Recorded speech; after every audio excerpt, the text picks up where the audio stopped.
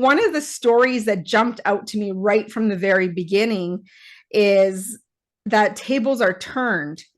And, we think that things are functioning well. And when it comes to business mindset, but what I realized, and I had read it somewhere else before, is sometimes you have to just take the poker table and throw things up in the air, let the chips fall, and trust yourself to know that it's going to work out.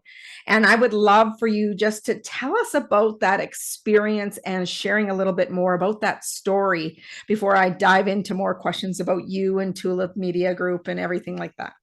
Absolutely. So it gets back to a quote that my co-author Andy Biting always says is sometimes you have to destroy something that's good and to pursue something that's great.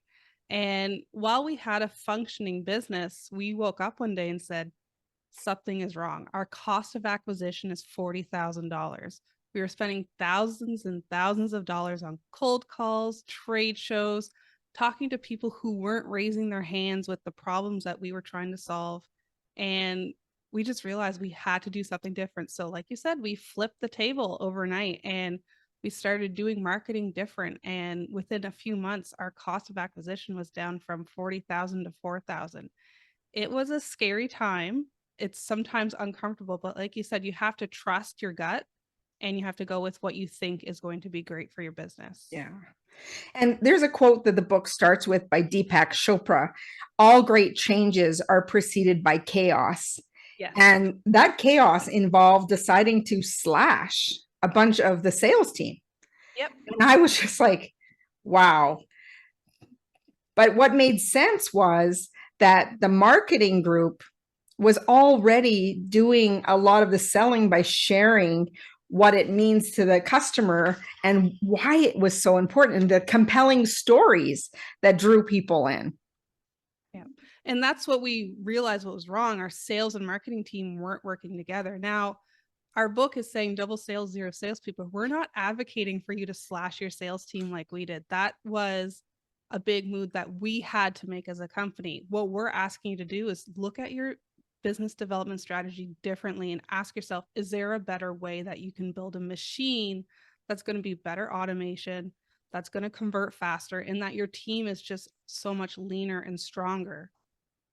And it's interesting because, there is a part where Milan Kundra is famous for saying business has only two functions: marketing and innovation. And a strong business starts by producing new products and services and adding value to customers' lives and leveraging marketing to spread the word and grow the sales. So the marketing part, is a system that needs to connect with everybody else. Because I know that there's still salespeople. However, they are utilized in a different way. And that's where that innovation comes through. And I would love, Jessica, for you just to speak about, we have a lot of businesses right now. I'm in Alberta, and I know you're in New Brunswick. Yep. And in the US, North America in general, I know that people are anticipating a recession and, very concerned about their businesses. And it depends on the industry, because some industries have really grown during this challenging time. And there are some industries that are like losing their passion or losing their footing. What would be something that your company, or just, and I know it's kind of blindside without being able to see the company themselves, but what would be 2 to 3 tips that you would tell a company that, is wondering, should I call it quits, or is there a shakeup that I need to do that I could still revive and live out this passion I still had? Yeah. And it's looking at your passion in your business. So, where are your people best suited is probably the best advice I can give you. I never saw myself as a salesperson. I never saw myself selling and doing demos, but this is what I do day in and day out. I do Google ads. So when I'm on a call with a prospective client talking about Google ads, I'm selling to them, but this is something I'm passionate about. So I'm able to get through my enthusiasm. They get excited. I can talk the talk, where usually the salesperson doesn't know that in behind the scenes of Google ads. So look at your business development strategy. Maybe your salespeople are better off as closers. Maybe they're better off as introduction calls. look at your business development strategy and make sure that your marketing and sales are working together. We see a lot of times that marketing is giving leads to sales, and then the expectations are different in messaging. We see a lot of the times that sales is saying, you gave me 10 leads, but they're not that good. That type of communication needs to happen. So look at your two departments, make sure that that communication is happening, and make sure that people are excited at where they are in the sales funnel and stage. Yeah. Because, I think it's also true that people leave companies when they don't feel like they're being utilized to their fullest. So if they're strong in one area, why not allow them to be a specialist in the close or the specialist in getting the leads? Because that's where they're, it's like a game. And when we gamify some of the things that we do, it is something that makes it more fun, makes it taking on the challenges easier. And one of the things that you mentioned, because communication is one of the most important critical strategies, as you have it here in the book, of staying competitive. And when you get marketing right, the rest often falls into place. What drew you, just to hear some of your personal story, what drew you to the world of marketing? I love marketing just because you're able to enact emotion into people using words and images. And I love being able to A/B test and see what makes people buy at the end of the day. I love consulting and helping other businesses grow, that their success is our success. Sounds cheesy, but it's true. So I love marketing and everything that comes with it. That's why I love design as well, because design is also part of marketing. I love HR because how people and how you interact with people is very interesting in terms of marketing, where that comes from. So I've always grown up with that love of marketing. I've always grown up with that entrepreneurship spirit. And I can't see myself doing anything else, honestly. Can you share a story where you decided to change something up in one of your marketing strategies and what the outcome was when you tested it? Yeah. So I think you're talking about the website.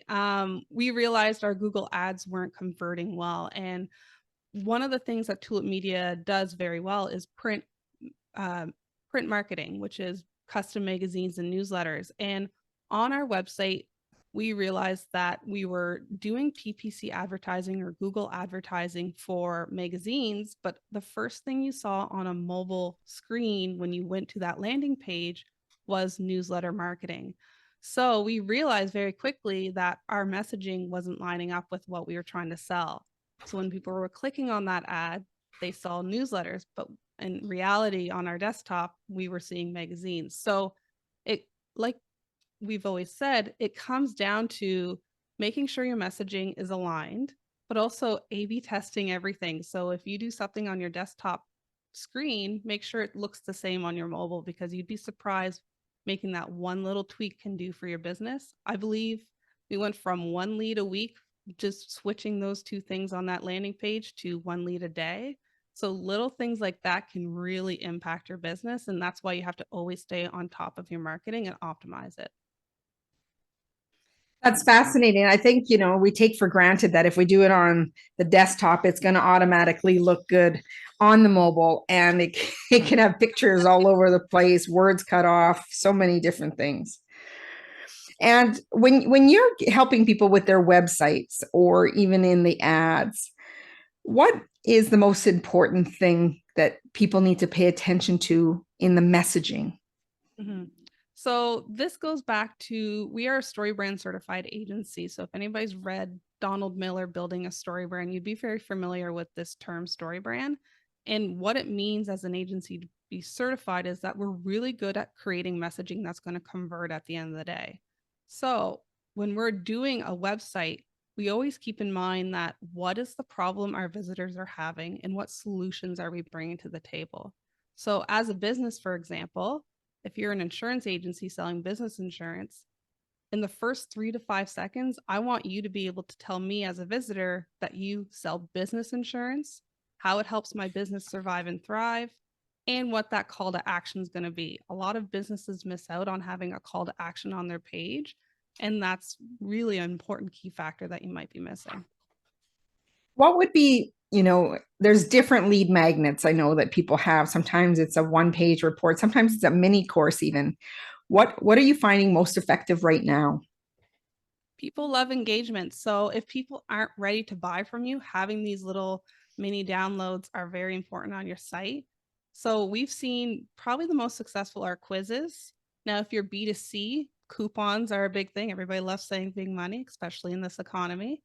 Um, for B2B, we see quizzes, we see downloads, because at the end of the day, you want to get their emails. So not only having this free download on your site or this free quiz on your site, making sure you're capturing that email as well so that you can nurture them in future campaigns that you might want to run. Thanks for that, because I know I've changed it up, and that's the one thing that I don't know if people realize, that you could be changing up your lead magnet more frequently to understand what's working, what's not working, and being able to do some of those tests. Yeah. And as long as you're adding value, there's nothing wrong with, like you just said, testing out what's working. Every single landing page on your site could have a different lead magnet. Yeah. And I think that's something that people also maybe don't pay attention to, but I've started looking at that myself, is that when you go to a website, you're coming into people's websites from different places. You Mhm. might not be on the home page. You might be drawn into the about page, and that lead magnet should be available, or that call to action should be available on almost every single page, so that people can navigate and get some of that value right away. Mhm. Absolutely.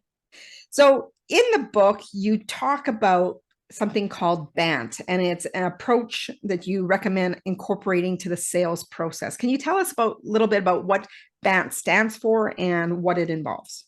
Yep. So B stands for budget. So do they have the budget for your service or product? A is authority. So is the person that's going to sign the contract or make the decision about working with you on the call with you? N is the need. Do they actually need your product? Because this can create some quick churn in your business if they don't actually need your product. And T is timeline. So what is their timeline for starting their service or using your product? So it's really important, for example, for Tulip Media, when we're on a call or a demo, that we have the CEO on the call, because they're the ones that's going to be signing off on the marketing program that we're suggesting. We have to make sure that they have the budget to work with us, that they have the monthly retainer that we usually have, because we don't want to waste their time, and we want to make sure that their expectations are met from what they saw on our website. We want to make sure that the timeline makes sense for them. So if they come to us saying, hey, we need this print magazine by next month, we're going to say, well, this usually takes about 5 weeks. If you need it by next month, that's not going to work. So making sure that that makes sense well. In need, I touched on that a little bit. Does this program make sense for them? So we want to make sure at Tulip that we're not selling something that they don't need. That just doesn't sit right with us. So Deborah, if you came to us and said, listen, I really think I need email newsletters, and we're like, Deborah, you're doing great in your email newsletter. You don't need our help on this. What you actually need is X, Y, Z. So we want to make sure that we're meeting your need and not just selling you something, because we want to turn you into a long-time customer and not someone who's going to say, I don't need you after a month. Right. And I think which leads me into my next question, discovering your core customer and optimizing that customer journey. Donald Miller, the Building a Story brand, which you mentioned, he said, if you can confuse, you lose. So, and understand the benefits of working with you fully and being able to interact with you each stage of the process. So how do you help people discover their core customer and how they should be taking that approach so they're not confusing people?